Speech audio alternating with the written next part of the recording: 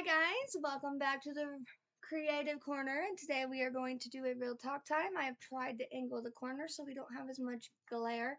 This will be part 2 of the one we started the other day called Trouble in the Amazon. We're going to talk about Amazon and digital licensing, alright, and what is going on in that world. So, a couple weeks ago, Amazon sent out a press release across all of the nation telling people that on the 26th, people are going to no longer be able to download their books via, back them up via USB. And a lot of people are freaking out and they're like, oh my God, I need to go download them on my computer right now. I need to go download them right now. All right. But it's not taking your books away. All right. It's taking your ability away to keep these books and share them. All right. And the reason is Amazon is using this as a way to combat piracy. But we're going to talk about digital licenses today and what it means to own a digital product. Do you really own anything that's digital? Because in our current way of life and our current economy and stuff, a lot of things are digital. You can buy in-game purchases on your phone. You buy in-game purchases on your games. You buy live service games. You buy subscriptions. All of your TV is digital nowadays. Well, you still have some TV that's hardwired in, like your local stations and stuff, but Netflix, HBO, Prime, all those Paramount Plus, those are all digital, okay? So what does it mean when you buy a digital product? Because let's be honest, none of us read those terms and conditions. We all just scroll to the end and hit, I agree. We could be signing our soul away and we don't even know. All right, so we're going to talk about a couple things, and this whole concept of digital ownership developed primarily, I guess, in the game industry, I would say. Gamers have been talking about this for a while because game developers and companies have been discussing what they can and can't do under the ownership of digital games. There are games that people have bought digitally.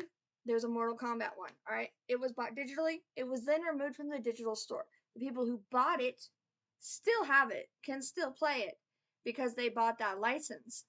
But no one else can buy it digitally because it's removed by the digital store.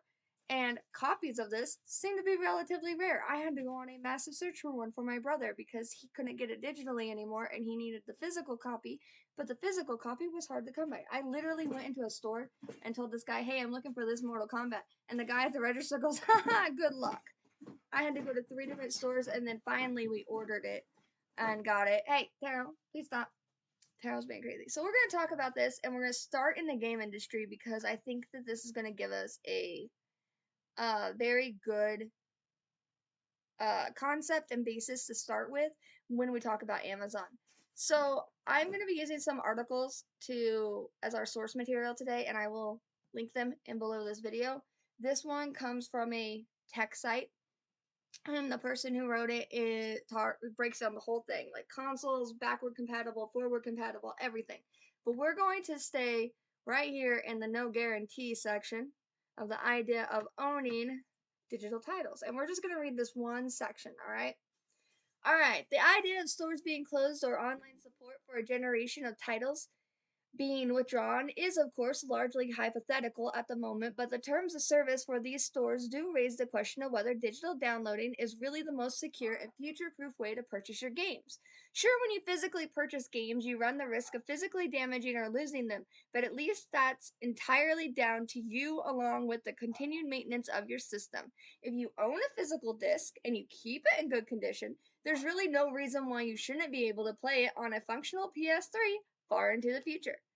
However, with digital titles, you leave yourself somewhat at the mercy of Sony, Microsoft, and Nintendo.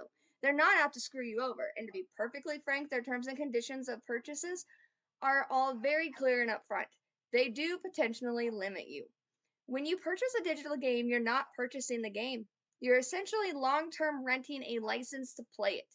James Bond had a license to kill. That was very much dependent on his employment with M16. Your license to play or download games is similarly dependent on the online store owner and its third-party partners. This is actually true of the games you physically purchase too, but it's much harder for a license holder to swoop into your home and search through your physical games collection than it is for them to stop you accessing it from an online storefront via your internet connected console. So what you're doing, as she breaks this down, and is that um when you buy a digital product, you're not actually buying the product. It's not like going into the store and buying a game, right? You go into the store and you say, I'm going to buy this book. I'm going to buy this game. And you have a physical version. The only way anyone can take that physical version from you is by coming into your house and stealing it, okay? Because you own that version. Digitally, you are not buying technically anything. You are renting a license, okay? You pay, for instance, the last game I bought was Velguard Dragon Age. We're not going to discuss that game. It's got lots of hate and lots of love. But last game I bought was Dragon Age Velguard. I bought it digitally. Therefore, I have a license to play this game. Alright? If for some reason the computer decided to be weird, so hopefully it didn't corrupt that file. We don't have to redo it for the 15th time. Anyway, so if for say, if I bought Velguard digitally. That's what we were talking about, okay? I bought this game digitally. I don't own it physically, which means that it can't technically be damaged. However, if for some reason this game gets banned across the states, guess what happens? I can no longer relay download it. Once it's gone, it's gone. That's what it basically means. Because I'm renting a license. I don't own this game physically. It's the same as going to paying a subscription to read KU books or paying a subscription to rent movies. You don't own them. You're just borrowing the thing. All right. So you don't technically own anything you buy digitally. Have you ever bought an in-game purchase? Okay. You can if I load up my phone, Family Island. I like this game. Okay. This is a great game. There are all these in-app purchases that you can buy. All right. You buy these, you get digital content. You never actually physically see this digital content, right? It's just something for the game experience. Amazon is taking this a step further in a sense and trying to combat piracy by saying, since you are only renting these licenses by buying a digital book, we're not going to let you back up these digital purchases on anything outside of your Kindle e-reader. Now, if you have an Amazon account, all your Kindle purchases stay stored in your Amazon account. So if you get a new device, you can re-download them or not. They are specifically targeting people who are using USB drives or downloading these files to their computer because of the fact that once it's downloaded off of Amazon's site, it is extremely easy to be pirated. All right? And they're trying to help authors. So Amazon issued a thing saying February 26, 2025, which is tomorrow, Amazon is removing a feature from its website allowing you to download purchased books to a computer and then copy them manually to a Kindle over USB. And we're going to read just this little section of this other article about this. This article is by the New York Post. The title of it makes it sound a little biased, so take it with a grain of salt. The title is Amazon is removing ebook downloads, but Kindles are still the best. Kindles being the best is kind of an opinion, so I mean, I wouldn't have put that in a headline, but whatever. So what does this mean? February 26th, you'll no longer be able to download copies of Kindle ebooks purchased through Amazon to save on a computer, hard drive, or to remove the DRM, Digital Rights Management, site load onto another e-reader not manufactured by Amazon. What does this mean though? Let's break it down. The download and transfer via USB function has been around nearly as long as Kindles, and in the early days it was an incredibly useful feature since Kindles didn't have a built-in Wi-Fi yet. However, once Kindles began having Wi-Fi, a new Send to Kindle feature was introduced that does exactly what it says in its name. It sends your books over Wi-Fi to your Kindle. Libby, the library lending app for ebooks, and NetGalley, one of the leading sites for press, book influencers, and more, also utilize the Wi-Fi feature for quick and seamless book delivery. That's why the average Kindle user likely doesn't use this feature. It's not very useful. In fact, Amazon had already taken this feature away entirely for anyone with a 2024 Kindle model before February 26th. If your old Kindle is still hanging on, this may cause some problems with buying new books. But if you use any of your newer models, at least as far back as 2019, there's truly no cause for alarm. The Send a Kindle feature you're used to, the one that's built into Amazon, Libby, and NetGallery, is not going anywhere. So basically what they're doing, gonna put this down in the layman's terms. DRM, your digital rights management. Every author has access to this in the back of their Amazon publishing, all right? You can turn this on. This allows you to say that your book cannot be lended, meaning that if someone buys this book, they can't zip it over to another Kindle, okay? All my books are DRM'd. I don't allow them to be sent out. The reason I do this is because it's the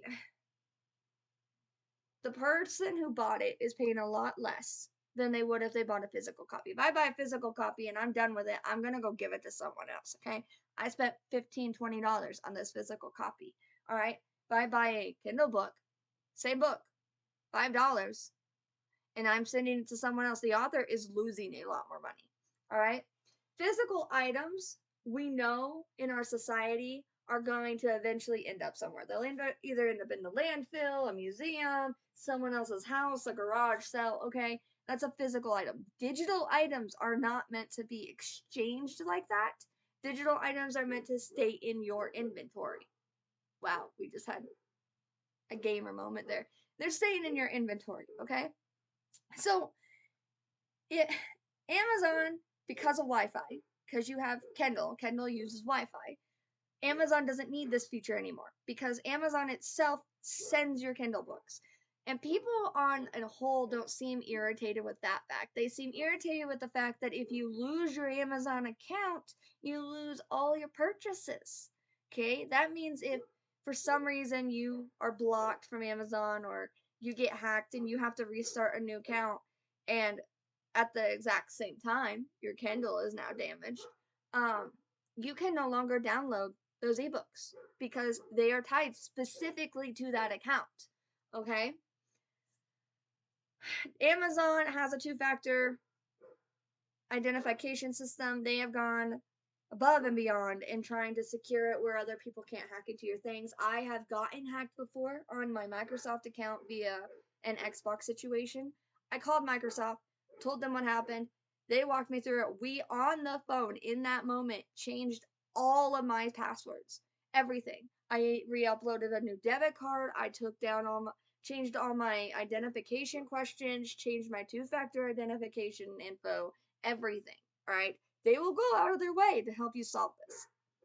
But when you take a book and you download it on a computer and then you transfer it to a USB, it auto removes those DRM features. Okay? It saves it as basically a MOBI or EPUB file. Amazon no longer uses those type of files. Mobi specifically doesn't use Mobi because of the pirating issue. All right? When you remove DRM and you put it on a USB, that USB can then be plugged into literally any device, and anyone can access that stuff. What Amazon is trying to do by enacting this is to prevent third-party involvement from people stealing it. Because indie authors, particularly, I know traditional authors have been targeted too, but indie authors particularly, who Amazon caters to. Amazon is very big in their indie authors. Okay, they are being targeted for piracy. A ton of our books are out there on the web, and we don't make as much anyway because we're not traditionally published. And now our books are being stolen because people are like, I'm not gonna share it because it made me angry. But I saw a post, and I don't want you guys going and targeting this person, but I saw a post on Facebook the other day that someone shared, and they said, if you want to boycott KU and you want to get rid of all this digital rights stuff, go ahead. Just go over to this site, this site, this site, and you can get all the ebooks for free. Those were pirating sites. This person was telling people to steal our work. Okay? And you're like, pirating is a victimless crime. It's not hurting anyone. The work's already been at least purchased once. It is a victim crime. Here's the thing about pirating, all right? How do I want to break this down for you? An author spends tons of time writing their book. For me, it usually takes me a year to put out a good book. Okay, a book that I am completely, positively, 100% okay with. Takes about a year. All right, so I spend this year on this book. I upload this book. Someone buys this book. They read it. They love it. They leave a review. That's how the system's supposed to work, right? There's another one. Second way this works is someone buys this book. They read the book. They like the book, but because it's within the first 2 weeks of buying this book, they return the book. I lose my royalties because they returned the book. They partook in my art. They read my entire art, but I made no money because they returned it. Okay? Amazon, in my opinion, really needs to be cracking down on that too. And I know that there's talks about it. All right. I know that they've been discussing it because authors have been complaining about it, but they haven't publicly announced anything yet. The third thing, someone buys my book. They decide that they're going to take the time and they're going to copy this book. They copy this book, they put it on a piracy site. Thousands of people read this book. Okay? If I make $3 for every ebook I sell, and this book, I know one of my books, so let's say White Lies. White Lies I know is on a piracy site. Please don't buy it from there. Please get it from Amazon. Don't download it from a piracy site. Okay? White Lies is a $3-ish income for me. All right. If say 100 people read it on there, all right, that is $300. Is that what that said? I'm bad at math, so hold on. 3 times 100, yeah. That's $300 of royalties that I did not get. Okay, that is a paycheck. That is a payment on a medical debt. That is cat food. That is a car part to get my truck running. Okay? Like, this actually legit impacts your creators. And if people are going to steal our work, why would we continue to make the work? All right? We live in this digital age. The digital age is supposed to make our lives easier. It's supposed to make it easier for you to get our stuff and for us to give you our stuff, instead of you having to travel to get physical copies or us having to ship physical copies across the globe. All right?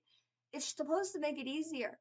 But what's happening is this part of population, it's not the whole population. It's probably piracy readers are probably only about maybe 1 to 10% of all the reader community, okay? But that population is consuming so many stolen goods that it is hurting the good population because the authors no longer want to put anything out. So Amazon is taking away this function permanently. They have taken it away from older Kindles, 2014 before Kindles, because that's the only way you could transfer things to a Kindle at that point. They've taken it away from those because they're out of date and most people have newer Kindles. All right, I have a Paperwhite. I really want to get the newer one because I'd love a Kindle with a built-in speaker. Mine does not have a built-in speaker. Mine uses Bluetooth. But they take it away from that. All current Kindles like 19 up have the direct to Kindle feature. Like, I buy a book, I hit the buy now button on my Amazon, and it's immediately on my Kindle, immediately on my phone, immediately on the Kindle app that's downloaded on my computer. Because you can download a Kindle app onto your computer and then things get sent to that. Okay? They're just trying to stop readers from accidentally or purposely exploiting the author's works by giving them to people who will then sell them or use them on pirate sites. All right? And as an author, I thank them for taking this precaution. I thank them for trying to look out for us and for doing this. As a reader, if you are using a modern Kindle like me, this does not affect me. Okay? I don't put any of my books on a USB. I figure I spend so little on them that usually if I finish a book and I'm not going to read it again, like I know I'm not going to read it, then I'll just delete it. And Amazon tells you when you delete it, they say, hey, if you delete this, it's no longer going to be part of your Amazon Kindle library and you'll have to rebuy it again if you want to buy it. You can undownload it to save space too. And then I have books. I have my trophy shelf, okay? It's because I have this goal that eventually this shelf is going to be way bigger than my unread shelf. Probably won't. But I have a trophy shelf on here. I have my read and my unread shelf. And I keep track of the books I've read and I haven't read, alright? My read books are 421 books in there. Not a single one of them is downloaded because as I finish it, I have it set to automatically undownload this book. My not read books, not a single one is downloaded. There's 412 in there. Hey, my read section is higher than my not read. Hey, I did it, guys. I didn't know that. Kind of. I don't know if it counts because some of the books in the kids section aren't read. And my books are technically not read, but they're read. And then I have 16 uncollected books that also have to go. But like this one, Not What She Said. It says read. I finished it the other day. It's no longer downloaded on my computer. Like it says it's downloaded. These 3 are downloaded right here. The ones that with a check mark are downloaded. All right. I will go in and it's auto set that once I open another book after so long, it undownloads that book, which saves space on my devices. All right. Because our devices are very limited in memory. I bought bought the latest generation of the Xbox with a terabyte, and I was like, heck yeah, I get a terabyte of memory. All right.